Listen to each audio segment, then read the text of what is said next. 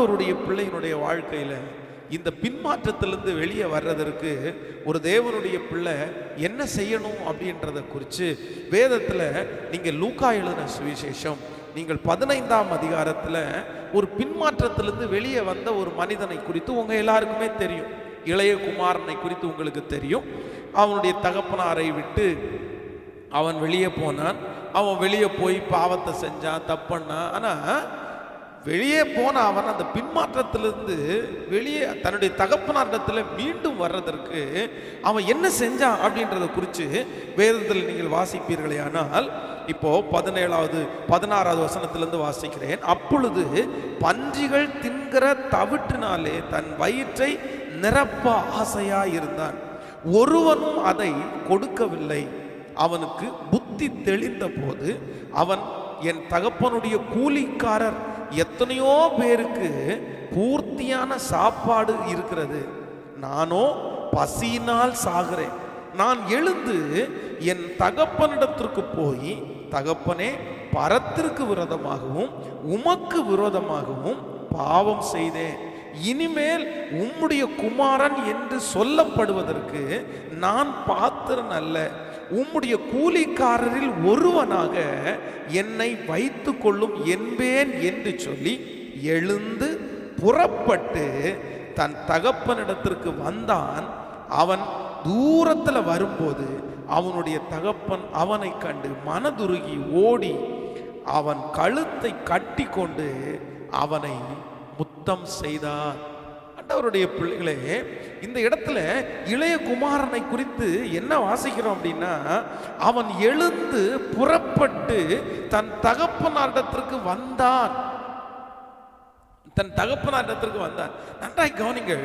அவன் மனசுல அவன் ஃபீல் பண்றான். அவனுக்குள்ள ஒரு பெரிய குற்ற மனசாட்சி வந்துருச்சு. ஐயோ, நம்முடைய தகப்பனை விட்டு வந்ததுனால தான் நம்ம இவ்வளவு நஷ்டப்பட்டோம், அதனால தான் நம்ம இதெல்லாத்தையும் இழந்தோம், அதனால தான் நமக்கு சாப்பாடு கூட கிடைக்கல அப்படின்னு அவனுடைய மனசு முழுக்க ஒரு பெரிய ஃபீலிங் வருது. எங்க அப்பா நல்லா இருக்காரு, எங்க அப்பாவுடைய வேலைக்காரங்க கூட நல்லா சாப்பிட்றாங்களே அப்படின்னு நிறைய ஃபீல் அவனுக்குள்ள, மனசுக்குள்ள நிறைய ஃபீல் வந்து வேதம் சொல்லுது, அங்கேயே உட்காரல, அவன் எழுந்து தன் தகப்பனிடத்திற்கு வந்தான். இன்னைக்கு நிறைய தம்பிங்களும் தங்கச்சிங்களும் செய்கிற மிகப்பெரிய தவறு என்ன தெரியுமா? நம்ம தப்பிட்டோம், ஆண்டவரை விட்டு பின்மாறி போயிட்டோம். உடனே நிறைய பேர் என்ன பண்றாங்கன்னா, அங்கேயே சொல்லிட்டு அப்படியே உட்கார்ந்துருவாங்க. குற்ற மனசாட்சி நிறைய பேருக்குள்ள இருக்குது, ஃபீலிங் நிறைய பேருக்குள்ள இருக்குது. நிறைய பேர் அப்படிதான் நினைக்கிறாங்க. ஐயோ ஐயோ, நான் இப்படி வந்துட்டானே, நான் இப்படி வந்துட்டானே, நான் இப்படி இருக்கிறேனே. நான் சொல்றேன், நீங்க ஃபீல் பண்றதுனால அல்ல, நீங்க ஃபீல் பண்றதுனால விடுதலை கிடைக்க போறது இல்ல. பிசாசை பொறுத்த அளவுல உங்களுடைய இருதயத்துக்குள்ள அந்த குற்ற மனசாட்சியை கொடுத்துட்டே இருப்பான், சொல்லிட்டே இருப்பான். நீ உதவாதவன், நீ முடியாதவன், நீ விழுந்தவன், நீ எழும்ப மாட்ட, என்னமோ சொல்லிட்டே இருப்பான்.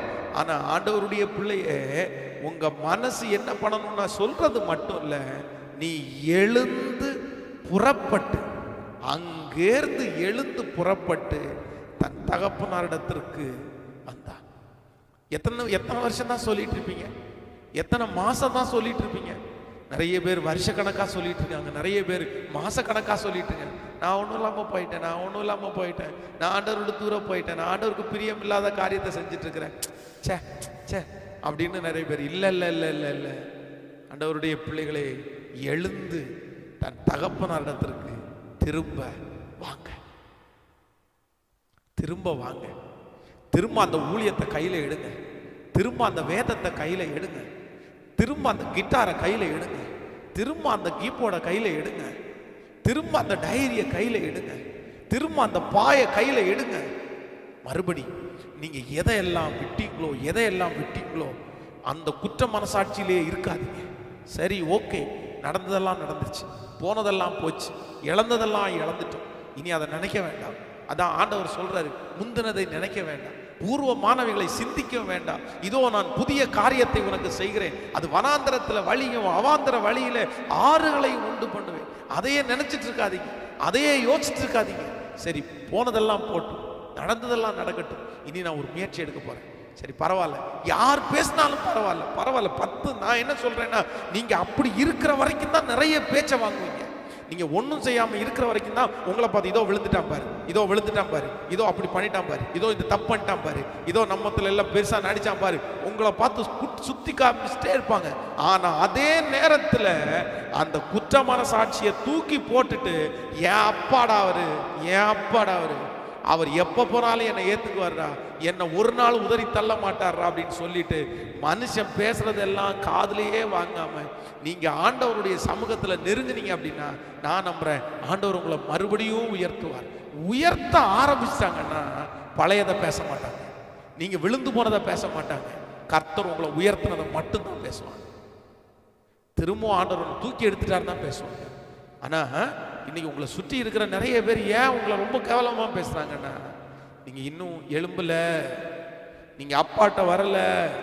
சோ நான் நம்புறேன் இந்த இளையகுமாரன் தன் தகப்பனாரை விட்டு பின்மாற்றத்திற்கு போன அவன் ஏன் ஆண்டவரிடத்துல அவனுடைய தகப்பனிடத்துல இரக்கம் பெற்றான் அப்படின்னா பின்மாற்றத்திலிருந்து வெளியே வர்றதற்கு வேற எந்த வழியும் இல்லை. நாம் ஃபீல் பண்றதுனால மட்டும் பின்மாற்றத்திலிருந்து வெளியே வர முடியாது. நீங்க எல்லாவற்றையும் விட்டு போனது எல்லாவற்றையும் திரும்ப, அதான் ஃபர்ஸ்ட் நாள் உங்களுக்கு சொன்ன இல்லை, விட்டு போனதை எல்லாத்தையும் திரும்ப செஞ்சு ஆண்டவரிடத்துல மறுபடியும் வாரு. மறுபடியும் உங்களை புதுப்பிக்க கர்த்தர் வல்லவராக இருக்கு.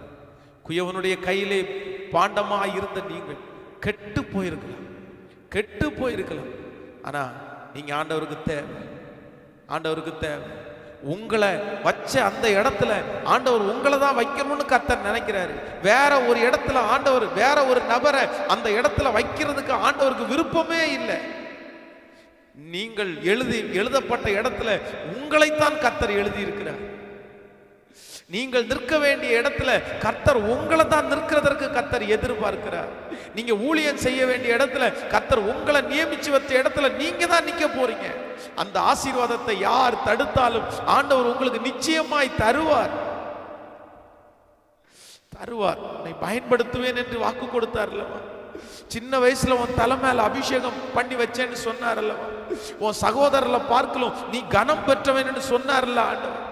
உன் குடும்பத்தில் இருக்கிற எல்லாரை விட உன்னை ஸ்பெஷலா அழைச்சேன்னு கர்த்தர் சொன்னார்ல. நிச்சயமா அந்த அழைப்பு உண்மைதான். மகளே மகனே, எத்தனை நாள் உன்னை நீயே குத்தி காமிச்சிட்டு நீயே ஃபீல் பண்ணிட்டு நீ எத்தனை நாள் உட்கார்ந்து இருக்க போற? திரும்ப திரும்ப அந்த மனசுல ரிப்பீட் ஆயிட்டே இருக்குல்ல, ஐயோ நான் தப்பட்டேன், ஐயோ நான் தப்பட்டேன், ஐயோ நான் இந்த மாதிரி அசிங்கமான வார்த்தையை செஞ்சுட்டேன், இந்த மாதிரி நான் வாழ்ந்துட்டேன் அப்படின்னு நீ ஃபீல் பண்றது ஆண்டவருக்கு புரியுது. ஆனா ஆண்டவர் இன்றைக்கு இந்த யூத் மீட்டிங் மூலமா உங்ககிட்ட சொல்றாரு, நீ ஃபீல் பண்ணது போதும், நீ அழுதது போதும், நீ நினைச்சது போதும், உன் மனசுல மற்றவங்களை குறிச்சு இருக்கிற அந்த வைராக்கியம் எல்லாம் போதும். எல்லாத்தையும் தூக்கி போட்டுட்டு ஆண்டவரே நான் ஒரு உடைஞ்சு போன பாத்திரமா நான் வந்திருக்கிறேன், நொறுக்கப்பட்ட பாத்திரமா நான் வந்திருக்கிறேன், நான் இழந்து போன ஒரு பாத்திரமா வந்திருக்கிறேன். இனி உங்க பிள்ளைன்னு சொல்றதற்கு நான் தகுதி இல்லை. ஆனா உங்க வேலைக்காரனாவது என்ன வச்சுங்கப்பா. எனக்கு நீங்க என் மேல வச்சிருக்க திட்டம் பெருசுதான், என் மேல என்ன கொண்டு செய்ய வேண்டியது பெருசு. ஆனா அந்த காரியத்தை ஒருவேளை என்னால செய்ய முடியுமா என்னன்னு தெரியல, நான் விழுந்துட்டேன். ஆனா ஏதோ ஒரு சின்ன காரியமாவது என்ன என் மூலமா பண்ணுங்கப்பா, செய்யுங்கப்பா அப்படின்னு நீங்க வாங்க. ஆண்டவர் உங்களை கொண்டு சின்ன காரியம் இல்லை, அதுக்கு பேர் தாங்க கிருபை, அதுக்கு பேர் தான் கிருபை. கிருபைன்றதுக்கு என்ன அர்த்தம் அப்படின்னா தகுதியே இல்லாத ஒருவனுக்கு கொடுக்கறது ஈவு தாங்க கிருபை. நீங்க அந்த காரியத்தை செய்யறதுக்கு தகுதியே இருக்க மாட்டீங்க, நீங்க அந்த ஊழியத்தை செய்யறதுக்கு தகுதியே இருக்க மாட்டீங்க, நீங்க அந்த பொசிஷன்ல உட்கார்றதுக்கு தகுதியே இருக்க மாட்டீங்க. ஆனா நீங்க ஓடி வரும்போது அதான் அந்த இளையகுமாரனுக்கு அந்த ட்ரெஸ்ஸுக்கு அவன் தகுதியே இல்லை, அந்த இளையகுமாரன் பாதரட்சிக்கு தகுதியே இல்லை, மோதிரத்துக்கு தயிர் இதுவே இல்லை, அவன் விருந்துக்கு தகுதியே இல்லை. ஆனாலும் அவனுடைய தகப்பனார் அவனுக்கு ஏன் கொடுத்தார் அப்படின்னா ஒரே ஒரு ரீசன் மட்டும்தான். நினைச்சிட்டு ஃபீல் பண்ணிட்டு உட்கார்ந்துருந்தது மட்டும் இல்லை, அப்பா இடத்துல ஓடி வந்து வேலைக்காரனையாவது வச்சிருக்கு. ஸோ இன்றைக்கு இருக்கிற செய்தி யாரோ ஒருத்தருக்கு தீர்க்க தரிசனமாக கடந்து போகுது, ஏதோ ஒரு வாலிப தம்பிக்கு தீர்க்க தரிசனமாய் கடந்து போகுது. மக ஆண்டவர் உன்னை அழைக்கிறார்.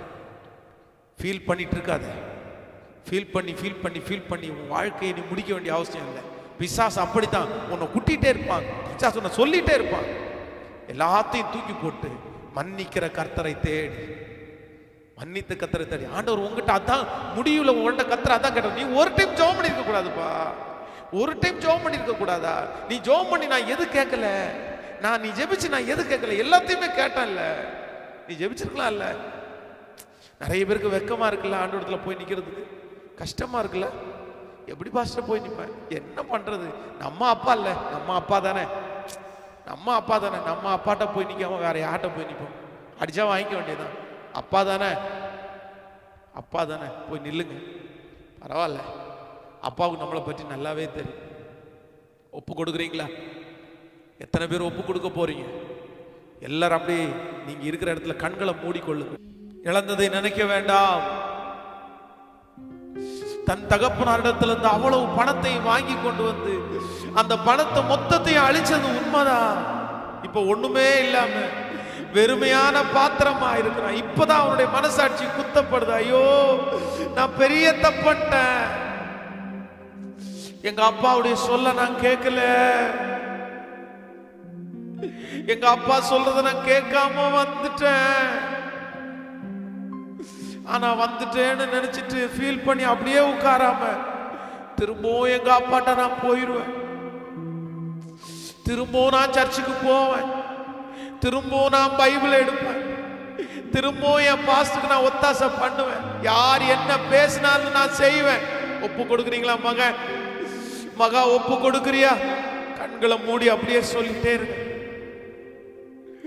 திரும்பவும் அந்த கிட்டாரை கையில எடுப்பேன், திரும்பவும் அந்த பைபிளை கையில எடுப்பேன், திரும்பவும் அந்த அறையை பூட்டி ஜெபம் பண்ண ஆரம்பிப்பேன். ஹalleluya.